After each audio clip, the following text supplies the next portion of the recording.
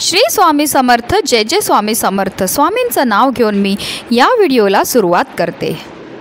प्रत्येक महिन्याच्या शुक्ल आणि कृष्ण पक्षात एकादशी तिथी येते आणि प्रत्येक एकादशीचं नाव व महत्त्व वेगवेगळं असतं।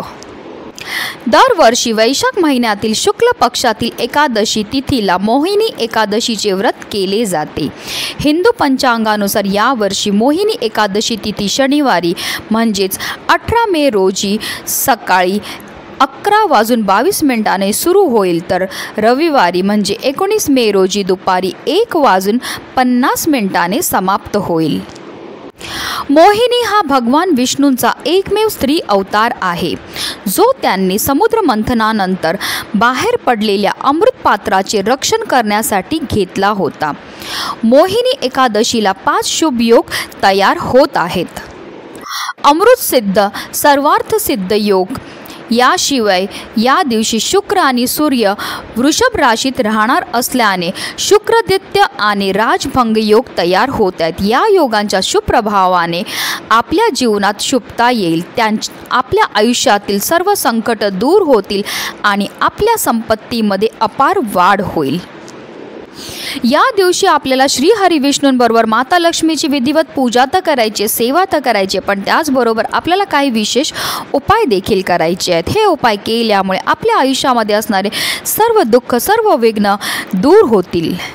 आणि म्हणूनच आपल्याला मोहिनी एकादशीच्या दिवशी या झाडाचं फक्त एक पान आपल्या घरी घेऊन यायचं। हे पान घरी घेऊन आल्यामुळे फक्त 24 तासामध्ये आपल्या घरामध्ये पैसा हा येऊ लागेल आणि फक्त एका दिवसामध्ये आपली कठीणातील कठीण इच्छासुद्धा पूर्ण होऊन आपल्याला प्रत्येक क्षेत्रामध्ये भरभरून असं यश प्राप्त होणार आहे।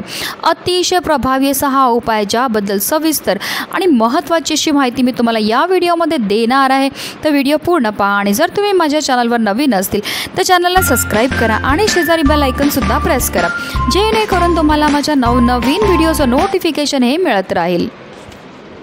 अगदी तुमच्यापासून माझ्यापर्यंत प्रत्येकजण खूप मेहनत करतो, खूप कष्ट करतो, जेणेकरून आपल्या आयुष्यामध्ये सुख समृद्धी नांदेल। पण बऱ्याचदा काय होतं ना, आपल्या घरामध्ये काही दोष असतात किंवा आपल्यामध्ये काही दोष असतात, त्यामुळे सुद्धा आपल्याला कोणत्याही क्षेत्रामध्ये यश हे मिळत नाही। आपण मेहनत तर करतो, कष्ट तर करतो, पण आपल्या कष्टाला, आपल्या मेहनतीला नशिबाची साथ ही मिळत नाही। आपल्या घरी पैसा तर येतो, पण आलेला पैसा स्थिर राहत नाही। आणि म्हणूनच अशा विशेष तिथीला जर आपण काही विशेष उपाय केले तर त्यामुळे निश्चितच आपल्या कष्टाला, आपल्या मेहनतीला, आपल्या नशिबाची साथ ही मिळायला लागेल।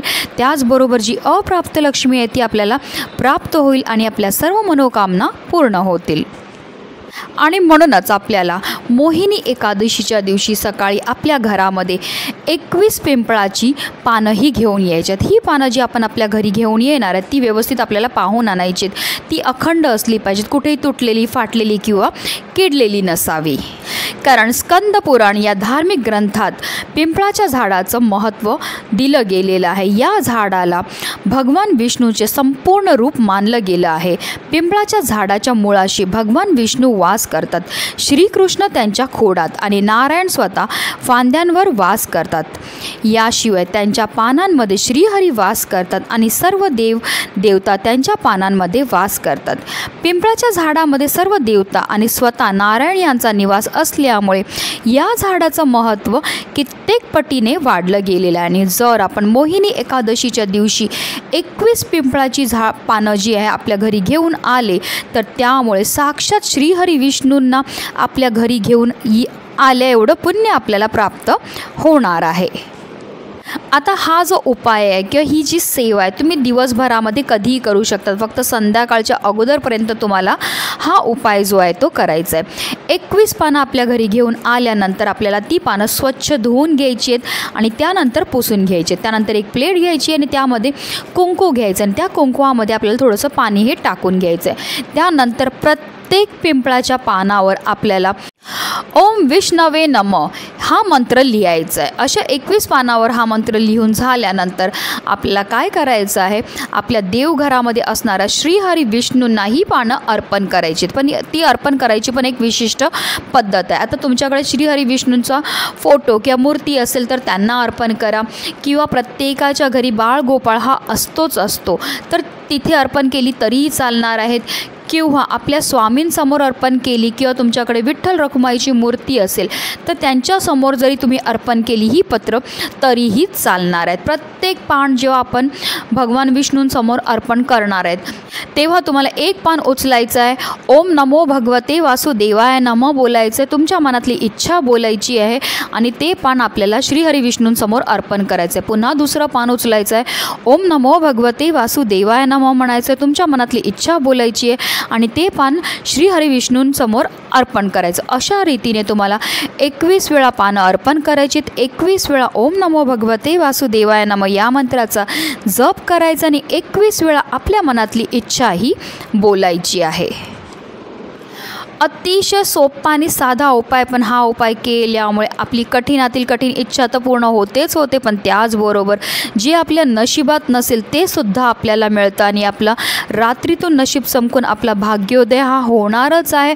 फक्त कोणतीही सेवा किंवा कोणताही उपाय करताना नेहमी मनोभावे करा, तर त्याचा परिणामसुद्धा तुम्हाला चांगला हा मिळणार आहे। हा उपाय केल्यामुळे आपल्या कष्टाला, आपल्या मेहनतीला, आपल्या नशिबाची साथ ही मिळायला लागेल, त्यामुळे जी अप्राप्त लक्ष्मी आहे ती आपल्याला प्राप्त व्हायला लागेल। म्हणूनच व्हिडिओ जास्तीत जास्त लोकांपर्यंत शेअर करा, जेणेकरून प्रत्येकाच्या आयुष्याचं कल्याण हो ही स्वामीचरणी प्रार्थना। श्री स्वामी समर्थ। जय जय स्वामी समर्थ।